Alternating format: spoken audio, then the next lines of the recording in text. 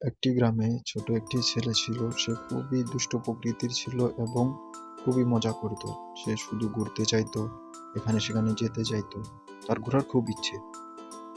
পরের দিন সে রাস্তা দিয়ে যাচ্ছিল, তার বন্ধুর সাথে তার রাস্তায় দেখা হয়।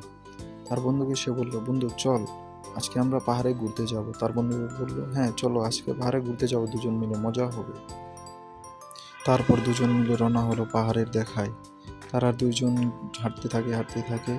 এক পর্যায়ে একটি নদীর পাড়ে আসে, এসে বলল, চলো জুতা খুলে আমরা এখানে মজা করব। জুতা খুলে তারা পানিতে নেমে পড়ল। পানিতে নেমে লাফালাফি শুরু করলো, মজা করতে থাকলো নিজের মতো। এক পর্যায়ে লাফালাফি শেষ।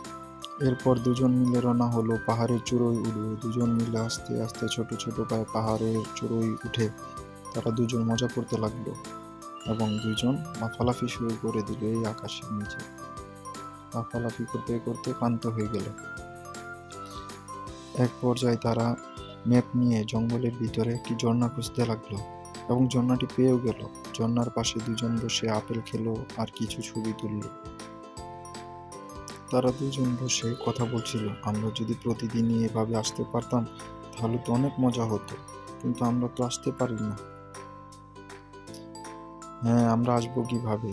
আমাদের তো বাসায় যেতে হবে সন্ধ্যার আগে, না হলে আমাদের আম্মু তো আমাদের জন্য বাসায় অপেক্ষা করে। হ্যাঁ, বাসায় অপেক্ষা করবে মা। চল বন্ধু, আমরা অন্য আরেকদিন আবার আসবো। এখন আমাদের বাসায় যেতে হবে। যদি বাসায় দেরিতে যাই আম্মু বকা দিবে। আমরা বাসায় চলে যাই, চলো। হ্যাঁ বন্ধু, তুমি ঠিক বলেছো, চলো আমরা বাসায় চলে যাই। বাসায় গিয়ে তারপর অন্যদিন আবার আসবো। বাসায় যাওয়ার পর আম্মু আমাদের দেখে খুবই খুশি হয়। আম্মু বলছিল আমরা যেন তাড়াতাড়ি বাসায় চলে আসি এবং কোথাও দেরি না করি। আম্মু আমাদের অনেক ভালোবাসে।